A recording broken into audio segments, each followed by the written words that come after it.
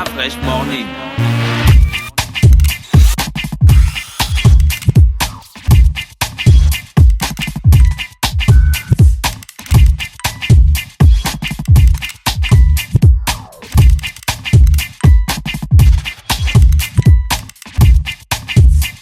Panthère a bémi la ville, quel embouteillage! Son excellence l'empereur Richard Obey, toujours très très fort. Salut à tous, c'est le guide qui vous parle. Accro de la sono afro, ceci vous concerne. Le live by Urban FM avec Prince Kiala. C'est ce samedi 24 février 2018 dès 19h30 à l'Institut français. Le live by Urban FM avec Prince Kiala, c'est du 100% live. Eh oui, 100% live.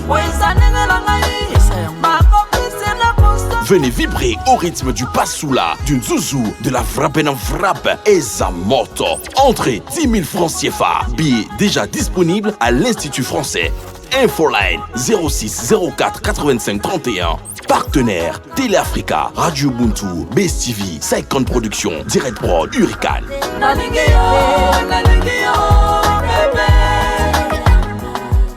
Le réveil matinal le plus haut de la capitale sur la radio. La plus haute de la capitale. Vous êtes sur les 104.5 Urban FM, la station urbaine, et vous écoutez Luda Fresh Morning, le réveil matinal le plus haut de la capitale, sur la radio la plus haute de la capitale. Comme je vous l'ai dit, notre invité est déjà installé, mais d'abord avec Mosley, on va s'entretenir. Mosley, bonjour.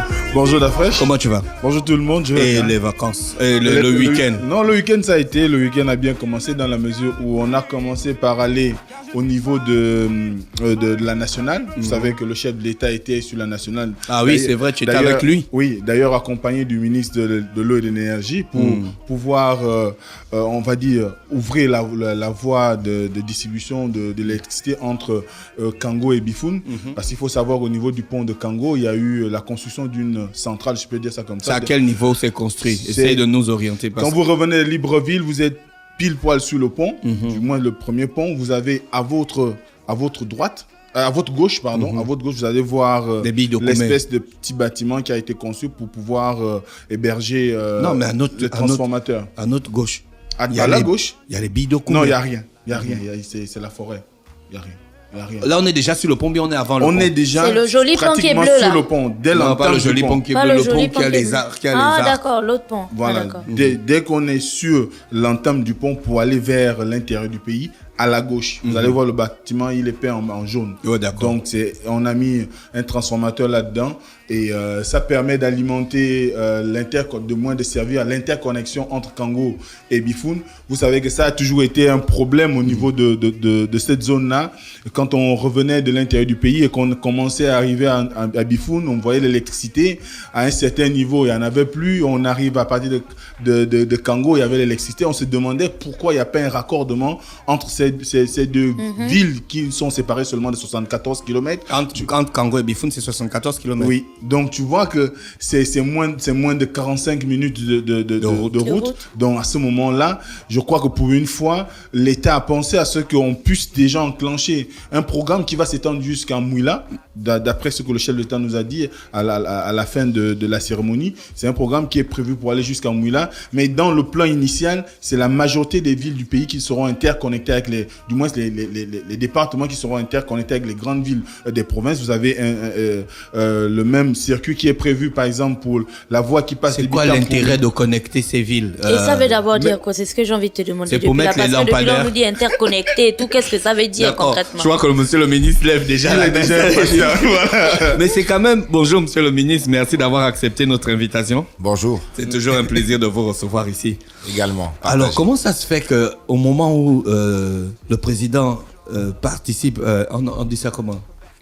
Inaugure l'interconnexion, on a la SCG qui...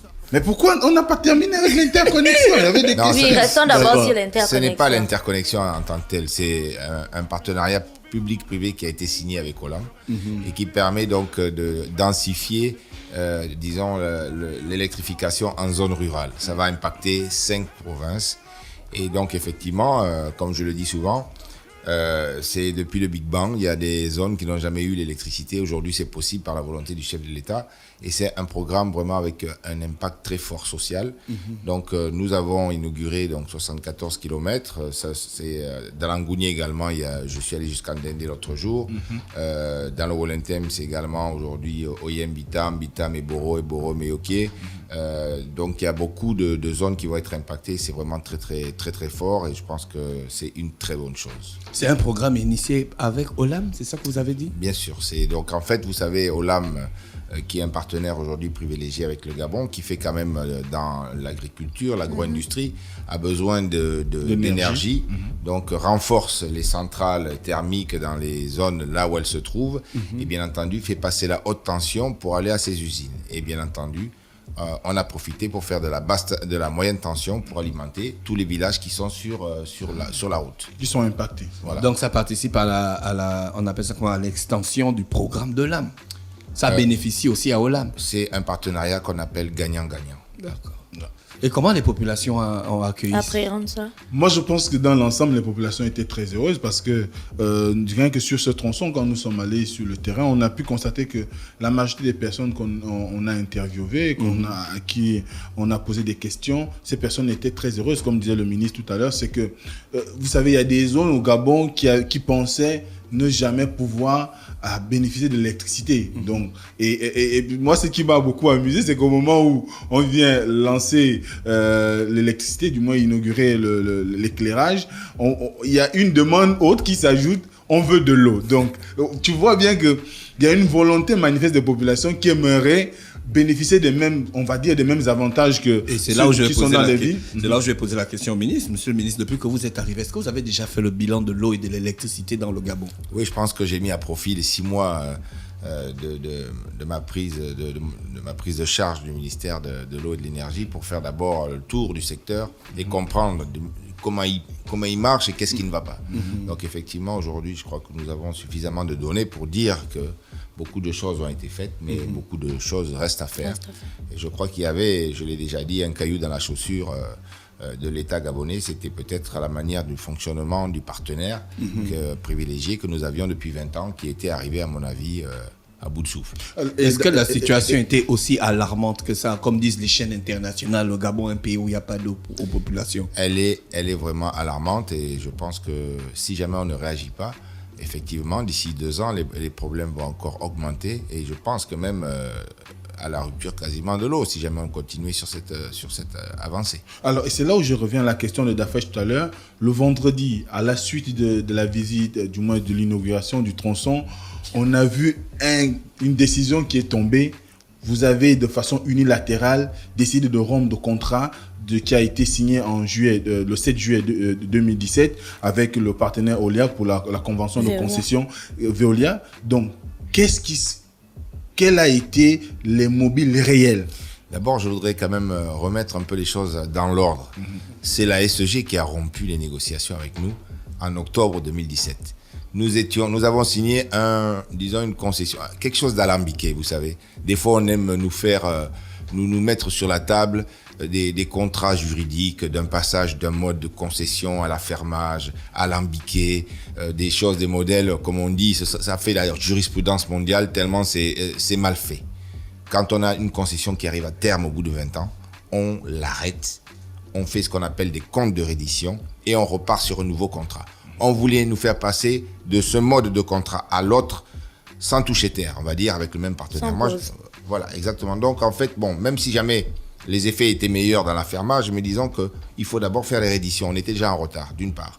On a renouvelé la concession pour 5 ans. Vous comprenez bien que moi, je n'en veux pas à Veolia. On leur dit 5 ans de contrat, vous allez investir dans quoi? Puisque les investissements dans le domaine énergétique et dans l'eau sont extrêmement lourds. Donc, ils ont besoin d'avoir également une visibilité à 15-20 ans. Ouais, la maturité de l'investissement. Exactement, pour qu'ils puissent quand même récupérer leur investissement. Et en octobre 2017, effectivement, moi, j'ai demandé à mes collègues, enfin, les gens du ministère de marquer vraiment un renforcement de notre désir dans le nouveau contrat. Et ça s'est mal passé. Donc, il y a eu une rupture à un moment donné. Le directeur financier de SEG Veolia nous a carrément menacé de couper l'énergie au pays en disant que vous allez faire quoi? On va couper l'énergie pendant 3 jours si ça continue. En tout cas, ça ne peut pas se passer comme ça. Donc, moi, je lui ai dit qu'il n'y a pas d'État dans l'État au Gabon, d'une part. Et on ne peut pas accepter les propos comme ça. Donc, la réunion s'est terminée et ils ont dit qu'on rend les négociations. Le dernier conseil d'administration du mois de décembre qui s'est passé à Paris, mon directeur de cabinet, qui est membre du conseil d'administration, est parti et a demandé au président du conseil d'administration de la SEG, M. Falandoza, de nous faire une lettre d'excuses et une lettre où il demandait de reprendre les négociations afin de finaliser le futur contrat qui devait être signé en novembre. Donc, on avait déjà 1 mois de retard. Mais moi, aujourd'hui, j'ai dit que j'acte effectivement que vous avez rompu les négociations. On ne les reprend pas. Donc, c'est le premier acte que nous avons posé, il y a 2 ou 3 jours, en notifiant l'échec des négociations au PCA de la SEG. Mais ça, c'est d'abord la première. Donc, on a dit, on arrête, on ne négocie plus. D'accord. Voilà. Est-ce que c'était à la suite de la rencontre avec le directeur de cabinet du président, mais également, pourquoi la SCG, dans son communiqué, pour, on va dire, essayer de répondre à la décision, nous paraît surprise? Bon, vous savez, je disais, bon, ça c'est Elle d'abord... parle d'une décision soudaine. La décision n'est pas soudaine, on n'est pas des amateurs. Moi, je pense que j'ai travaillé sur ce dossier depuis, on a regardé tous les contours. Effectivement, comme je disais, il y avait un caillou dans la chaussure. Je crois que le service public n'était pas suffisamment assuré. Les récriminations du peuple gabonais tous les jours sur le bureau de tout le monde. Dans mon ministère, ce sont les complaintes en permanence. Les rapports de l'ARCE sont, donc l'agence de régulation du secteur de l'eau et de l'énergie, sont complètement accablants pour le partenaire. Le chef de l'État lui-même a des complaintes de gens qui disent que les denrées pourrissent dans le frigo, etc., etc. À un moment donné, tout le monde est agacé et c'est une réalité pour tout le monde. Je pense que tout le monde qui est autour de cette table subit les affres de la SEG. Le 31 décembre, à minuit 1, on a coupé le courant dans Libreville pendant plus d'1 heure et demie. Donc, vous comprenez qu'à un moment donné, ça suffit. Donc, je crois que ce trop-plein a fait que nous avons commencé à réfléchir sur la possibilité de revoir le modèle économique et de fonctionnement de la SEG dans des standards internationaux, modernes, qui vont amener des choses révolutionnaires dans notre pays, comme ça se fait au Sénégal, comme ça se fait au Maroc, comme ça se fait dans tous les pays, sauf au Gabon, je pense, et au Kenya, où il y a 2 vieux contrats de concession alambiqués qui marquent justement que le secteur est déficitaire. Le secteur énergétique doit se financer lui-même. Donc, c'est le secteur finance le secteur. Ça doit être rentable. Quelle est désormais la nouvelle politique en ce qui concerne la production, le transport et la commercialisation de l'eau et de l'énergie qui va se développer à la suite de cette décision? Voilà. Donc quel avenir? Ce qui se passe aujourd'hui dans la plupart des pays, c'est que la souveraineté nationale se traduit par la maîtrise du transport énergétique par les États. Donc au Cameroun, je crois qu'ils viennent de créer la Société nationale de transport d'électricité. Donc, c'est-à-dire le transport, c'est vous êtes propriétaire des lignes et vous avez en amont des producteurs indépendants. Le Gabon, aujourd'hui, on a libéralisé la production énergétique. C'est pour ça que vous avez Grand Poubara, ce sont des Chinois. Vous avez Alina Kiri, ce sont les Israéliens, etc., etc. Nous invitons les investisseurs à venir. Et moi, en tant que ministre de l'eau et de l'énergie, je vous achète votre énergie et je la revends à un distributeur ou 2 distributeurs ou 3 distributeurs, comme je veux. Donc, c'est le modèle, c'est celui-ci aujourd'hui qui tend à se développer dans le monde entier. Et le Gabon ne doit pas y faire exception. Veolia était hostile à ça. Puisque moi, les problèmes que nous avons commencé à avoir, c'est quand j'ai évoqué la possibilité de revoir le périmètre de consolidation. Et là, je crois que ça a commencé. À quoi ça renvoie le périmètre de consolidation, monsieur le ministre? C'est-à-dire que l'ASEG avait le monopole. Ils faisaient de la production, ils faisaient le transport, ils font la distribution et ils font la commercialisation de tout et sur tout le territoire. Et en plus, ils se comportent justement en monopole, c'est-à-dire que par exemple, vous avez la centrale des Israéliens ou que nous exploitons, nous l'État, à Port-Gentil par exemple. Quand vous envoyez du jus dans le réseau, l'ASEG ne vous paye pas. Quand la société de patrimoine, nous avons fait des investissements importants donc sur des canalisations entre Ntoum et Libreville, par exemple, Ben, la SEG, Veolia va vous dire c'est de la chinoiserie que vous avez fait. Nous, on ne peut pas vous payer des redevances sur ça, etc., etc. Mais pourtant, tous les jours, ils l'utilisent. Etc., etc. Donc, ça ne pouvait pas suffire. Une arrogance comme ça ne pouvait pas continuer. Mais dans le communiqué de la SEG, ils disent, je cite, « Dans un pays où la croissance de la population est intense, les capacités de production en eau sont exploitées à leur maximum. » C'est qu'en fait, on ne peut pas faire mieux. Ben, oui. Vous confirmez ? Ben justement, en 20 ans, ils ont géré, c'est prévoir. Ce qui veut dire que la croissance de la population a augmenté, mais Veolia n'a pas prévu qu'elle allait augmenter. Donc, ils n'ont pas investi dans des usines de production d'eau suffisamment à temps.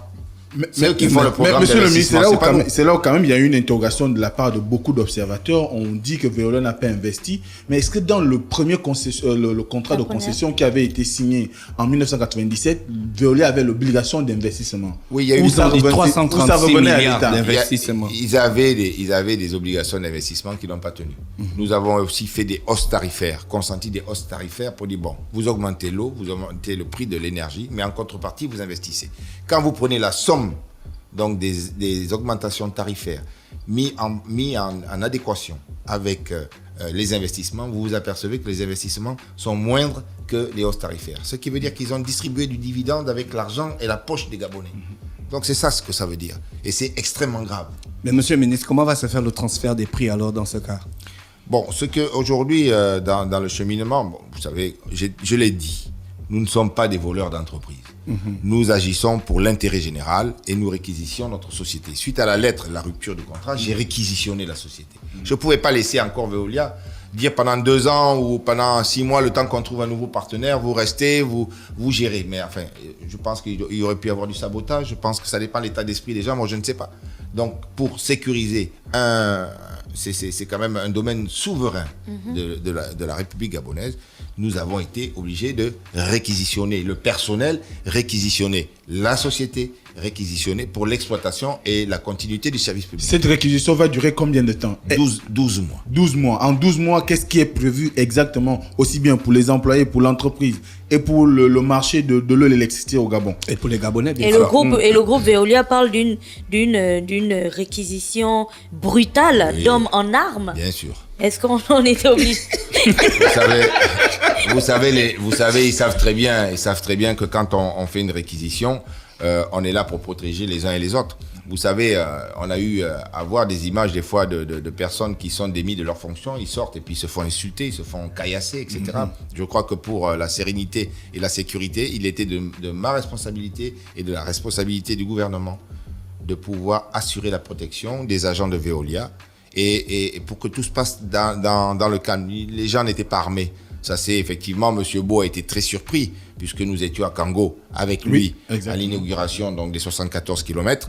Mais effectivement, pour faire une réquisition, il faut avancer masqué, parce que, vous savez, après, des contingences peuvent rentrer dans tout cela. On va arrêter ce processus. Moi, je peux dire que je travaille sur ce processus depuis 4 mois et ça n'a pas fuité. Et je travaille avec 5 ou 6 personnes, des jeunes Gabonais qui ont quasiment... C'est eux qui ont trouvé la manière de pouvoir extirper donc, tout le secteur des mains de Veolia et borné juridiquement. Moi, je mets au défi Veolia de nous traîner devant les tribunaux, on va voir. Je peux vous garantir qu'ils vont y laisser des plumes. Donc, je pense que le mieux, c'est qu'on s'assoie tranquillement aujourd'hui. Il n'y a pas de... le Gabon ne veut pas donner l'image d'un pays voyou. Exactement, parce que dans le doing business que nous sommes en train de renforcer, parce que nous avions perdu 3 points, donc nous sommes en train de légiférer, de prendre tous les actes pour améliorer le doing business, mais c'est un signal fort, je pense, pour les investisseurs, pour dire qu'aujourd'hui, effectivement, on a besoin de qualité, on a besoin de partenariats gagnant-gagnant. Nous sommes ouverts, bien entendu, mais effectivement, quand on rentre dans le ronronnement de concessions de vieux modèles, à la limite, on est dépassé. Donc, je pense qu'il fallait que notre partenaire évolue comme il l'a fait dans certains pays. Je pense qu'à Marrakech, c'est eux qui gèrent l'eau et ça se passe très bien. Je pense qu'à Hong Kong, j'étais à Hong Kong récemment, Veolia a une grande part là-bas de la gestion énergétique ou de l'eau. Ça se passe très bien. Pourquoi au Gabon, les gens ont besoin de manifester pour dire que ça fait 3-4 ans que je n'ai pas de robinet alors que je paye des factures? Il faut quand même arrêter. Donc, je pense qu'il était temps de mettre un terme à ça. Et puis aujourd'hui, on rappellera bien entendu des nouveaux partenaires. Si jamais Veolia estime dans le nouveau modèle, disons, intéressés, ils pourront venir se soumettre des appels d'offres sans souci. Pour l'instant, on doit se séparer. Comme on dit, on fait l'inventaire. On se sépare. Pendant 12 mois. Voilà, pendant 12 mois, on se sépare dans les règles de l'art. On regarde qui doit à qui. Et puis ensuite, on acte tout ça et puis terminé. Monsieur le ministre, pourquoi n'avoir pas aussi pris en compte les partenaires sociaux dans la mise en place du comité ad hoc? Vous savez, il ne faut pas tout confondre. Je pense que chacun a ses responsabilités. Ils ont quand même fait une communication. Oui, et justement, je remercie d'ailleurs le syndicat Synthé Plus qui a fait une communication pour dire qu'ils sont avec nous. Je crois que je vais, bien entendu, rencontrer les partenaires sociaux. Je demande donc effectivement au personnel de la SEG de continuer à vaquer à leurs occupations. Il n'y aura aucune coupe de salaire, parce que vous savez, on entend de tout. Il n'y aura aucun licenciement. EDAN fonctionne. Donc, je peux vous dire, donc ça veut dire que le service public est assuré et continue. Donc, nous allons rassurer les partenaires sociaux. Effectivement, il peut y avoir des réunions interministérielles où ils vont participer, bien entendu, dans les choix qui seront mis, ils seront informés. On attend également l'expertise de certaines personnes qui sont là depuis 25 ans, 30 ans. Donc, comme on dit, on n'a pas la science infuse. On a toujours besoin d'un plus petit que soi. Donc, moi, je suis ouvert, bien entendu, mais il ne faut pas que ce soit omniprésent. Il faut que tout le monde fasse, dans la sérénité, la part du travail qui est le sien. Voilà. Le raccordement est opéré par Olam, la SCG s'en va. C'est pas ce qui crée l'amalgame là où on dit que c'est Olam qui va reprendre l'énergie qu'Olam a là, il trouve ça. Le problème, enfin, je mets ça bien, je veux bien expliquer. Donc, le partenariat public-privé que nous avons signé avec Olam porte sur 1871 km de lignes pour l'accès à l'électrification en zone rurale. Ça, c'est clair. Dans les villages, pour être précis. Voilà. Et ces lignes doivent normalement être, donc c'est avec la société de patrimoine. Et comme la SEG exploitera ces lignes par la mise en place de compteurs, normalement, ils vont nous payer une redevance de à peu près 2 milliards, je crois, par semestre. Chose que la SEG refusait. Ils refusaient. J'ai été obligé de reprendre le contrat. Le contrat, on a été obligé de reprendre et on a extirpé le nom SEG de ce contrat. Vous imaginez un peu, les Gabonais vont avoir accès à l'électricité et le principal partenaire refuse de pouvoir payer 2 milliards par semestre pour de redevances sur les lignes, alors qu'en bout, il y aura de la facturation. Mais ils vont vous dire c'est pas rentable, etc. Alors qu'ils font plus de 16 398 milliards de francs CFA par an. 400 milliards. 400 milliards, je crois, de chiffre d'affaires à peu près. Donc, c'est pour les encaissements, vous divisez par 365 jours et vous voyez combien ça fait par jour. Alors, monsieur le ministre, dans ce combat qui mêle État gabonais et Veolia aujourd'hui, avec les Gabonais au milieu, nous tous d'ailleurs utilisateurs et consommateurs de la SEG, qu'est-ce que vous attendez réellement des Gabonais ? J'attends, bien entendu, je remercie, nous remercions, bien entendu, le peuple gabonais pour la sérénité et surtout, ils sont derrière cette décision. Le gouvernement a pris une décision courageuse. Effectivement, Veolia n'est pas une petite société. Hein. C'est pas comme on dit Don Quichotte contre les moulins qui se bat. Donc effectivement, c'est pas facile non plus. On n'est pas là pour polémiquer. Je comprends également que Veolia, au niveau international, a besoin de se défendre. Mais j'aurai un rendez-vous dans 1 heure avec le DG sortant qui va faire une passation, comme on dit, tout à fait calme et sereine des dossiers en cours. Donc je crois que nous attendons effectivement un peu de patience. Nous allons remettre, peut-être pas nous allons travailler déjà sur la continuité du service public et l'amélioration à nous dans les meilleurs délais. On va essayer de voir ce qu'on peut faire rapidement pour qu'on puisse remettre un peu d'eau dans les tuyaux à Libreville et dans les principales villes qui en souffrent beaucoup. Dernière question, monsieur le ministre. Est-ce que l'État gabonais... Tu as dit les dernières questions. Je t'ai dit, d'après Est-ce que l'État gabonais a les moyens d'assumer le côté investissement qui peine quand même à se développer aujourd'hui, dans la mesure où on a besoin de nouvelles centrales, on a besoin de nouvelles structures pour la production de l'eau? Est-ce que l'État gabonais a les moyens nécessaires pour satisfaire aux besoins? Le secteur, il est articulé comme ça, comme ceci. Vous avez d'un côté l'opérateur SEG, d'accord, qui paye ou qui payera des redevances donc à la société de patrimoine. La société de patrimoine, avec les fonds qu'elle reçoit et les effets de levier induits, peut financer le secteur, c'est-à-dire qu'elle va sur les marchés internationaux, elle lève des fonds et elle finance le secteur. Maintenant, l'expertise, bien entendu que nous ne l'avons pas. Donc, effectivement, ce sont des grands groupes qui sont Veolia, Engie, Suez, ça c'est côté français, et dans le monde entier, il y a des grands groupes où la recherche et le développement en matière d'énergie et de transport d'eau et de qualité de l'eau ont des recherches et des développements importants. Donc, effectivement, des partenaires viennent. Et puis, avec eux, on fait des partenariats publics-privés. C'est-à-dire qu'aujourd'hui, nous sommes avec des Américains en train de voir peut-être pour une centrale à Port-Gentil ou Libreville. Bon, ils viennent, ils s'installent, ils exploitent pendant 20 ans ou 25 ans. Et moi, je leur dis, je vous achète le courant à tel prix, je vous garantis. Et ensuite, on le vend aux Gabonais pour avoir un prix d'électricité ou d'eau qui soit stable. Nous venons de signer un MOU donc entre le FGIS et le groupe TBEA concernant par exemple les chutes de FE2. Monsieur le ministre, il faut expliquer un MOU parce que beaucoup de personnes les FE2 aussi. Ce sont des contrats de partenariat qui bon, pour l'instant c'est un peu sommaire, mais qui permettent de rentrer donc en partenariat avec des sociétés qui vont venir exploiter le barrage qui va être réalisé, notamment sur Minzik, à partir du mois de septembre, je crois. Voilà, donc c'est ça. Ma dernière question, est-ce qu'aujourd'hui, on a déjà une idée, une image ou des entreprises internationales qui se sont intéressées à cette situation et qui ont envie de remplacer la SEG? Bon, vous savez, c'est peut-être pas le lieu de le dire, mais je peux vous dire que ça tape déjà à la porte. Donc, moi, je ne suis pas inquiet. Je crois que aussi bien disons oui. Monsieur le ministre, est-ce que on a parlé de transfert de prix? Est-ce que Veolia pratique le transfert des prix? Et si oui, c'est quoi le transfert des prix? C'est-à-dire le transfert des prix, il renvoie à quoi? C'est ce que je veux savoir. Ben oui, c'est moi, je vous retourne la question parce que je comprends pas trop en fait les transferts de prix, c'est-à-dire la remontée de dividendes sur les... Oui, bon, bien entendu, c'est un groupe, donc effectivement, c'est une nébuleuse. Moi, je pense que vous savez, je suis du monde de l'audit, donc je pense que j'ai même travaillé à l'époque à la privatisation de la SEG. Je connais quand même un peu le dossier. Je dirais qu'on va regarder tout ça, ce qui se passe. Il y a des contrats, des co-contractants. On n'est pas là pour faire la police non plus, mais bon, on est là aussi pour assurer. Il y a des gens qui sont en partenariat, qui ont signé des choses avec les SEG. On va continuer. Maintenant, effectivement, il y avait de l'assistance technique, des choses comme ça qui permettent de remonter des fonds, bien entendu, sur les sociétés mères. C'est tout à fait légal, mais je crois qu'aujourd'hui, ça va se couper, bien entendu. Question d'un auditeur d'Afresh. Tu as dit que c'était la dernière. Oui, c'était la mienne, mais il y a une question d'un auditeur. Qu'adviendra-t-il des petits actionnaires nationaux? Alors, oui.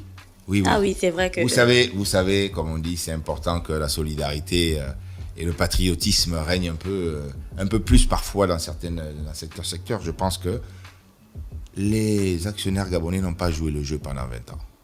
On a fait effectivement au début, ça a été la rentabilité de l'action SEG permettait de verser des dividendes conséquents à tous les actionnaires. Mais je pense que le programme d'investissement qui aurait dû se faire au détriment du versement des dividendes qui ont été faits de manière, je dirais pas abusive, surtout pas, mais disons qui s'est fait dans le modèle de gestion qui n'était pas le bon.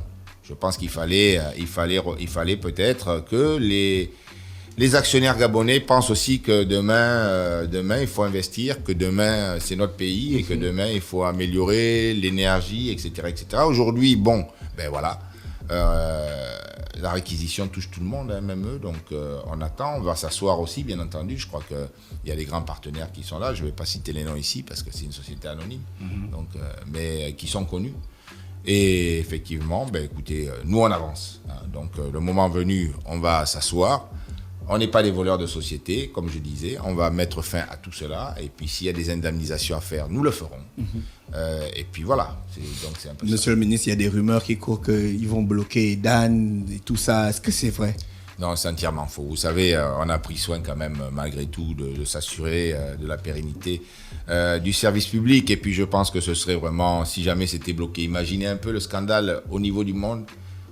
Ça veut dire que Veolia bloquerait tout un pays parce qu'ils ne sont pas contents qu'on ait réquisitionné la société. Quelque chose qui est tout à fait légal. Hein. Moi, je les renvoie au nouvel aéroport qui devait se faire en France. Donc, c'est Notre-Dame-des-Landes. Notre-Dame-des-Landes, il y a eu une réquisition qui a été faite. Ouais. Donc, il y avait une concession qui avait été attribuée à des partenaires. Donc, moi, je pense qu'ils le savent d'ailleurs. C'est pour ça que c'est des fuites en avant, mais ils ont déjà accepté et acté le fait que la séparation ait été prononcée avec nous. D'accord. Mais bien entendu, comme je disais, nous, gouvernement, nous rassurons donc tous les partenaires de la SEG, nous rassurons le personnel, nous rassurons les investisseurs dans notre pays pour dire qu'effectivement, c'est un signal fort que nous envoyons puisque l'Afrique est en train de changer. Aujourd'hui, l'Afrique n'est plus une Afrique où on venait s'installer, on fait un peu ce qu'on veut, on impose nos lois, c'est terminé. Non. On rentre dans le schéma. Vous savez, l'Afrique, ce sera le continent du prochain millénaire. Donc, je pense qu'il est temps que nous aussi, nous puissions vouloir se développer comme ça se fait, comme ça s'est fait en Asie, comme ça se fait partout. Et je crois que l'Afrique centrale est peut-être même à la peine. Donc, je crois que c'est un signal très fort et vraiment, j'insiste sur ça. Et nous, c'est que nous sommes en train de revoir même le code des investisseurs, etc. Donc, je crois qu'on veut justement rassurer les investisseurs. Mais nous sommes un État. Et un État, ça doit être fort. Donc, c'est tout. Il y a des règles, chacun doit les respecter. Merci Mosley, merci Monsieur le ministre de nous avoir donné l'occasion de vous entretenir sur ces questions. On vous souhaite de passer une bonne journée à l'écoute des programmes d'Urban FM. Merci beaucoup, à bientôt. Le réveil matinal le plus haut de la capitale sur la radio. La plus haute de la capitale. Du lundi au vendredi, de 7h à 10h, reçoit 104,5 tonnes de musique dans le Da Fresh Morning. Monter la bébé la ville, quel embouteillage! Son excellence l'empereur Richard Obey, toujours très très fort. Salut à tous, c'est le guide qui vous parle. Accro de la sono afro, ceci vous concerne. Le live by Urban FM avec Prince Kiala. C'est ce samedi 24 février 2018 dès 19h30 à l'Institut français. Le live by Urban FM avec Prince Kiala, c'est du 100% live. Eh oui, 100% live. Venez vibrer au rythme du Passoula, du Nzouzou, de la Frappena Frappe et Zamoto. Entrée 10 000 francs CFA. Billets déjà disponibles à l'Institut français. Infoline 06 04 85 31. Partenaires Télé Africa, Radio Ubuntu, Best TV, Saikon Production, Direct Prod, Hurricane.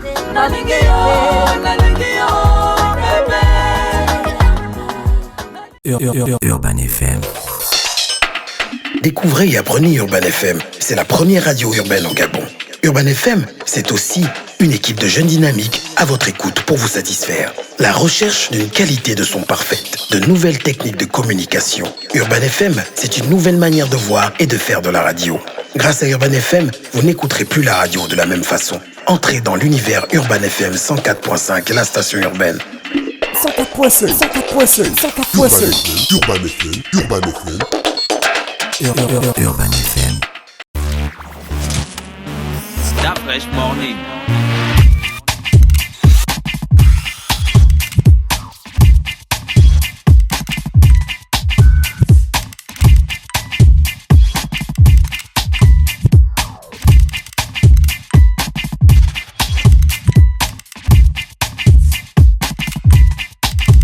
UrbanFM.fm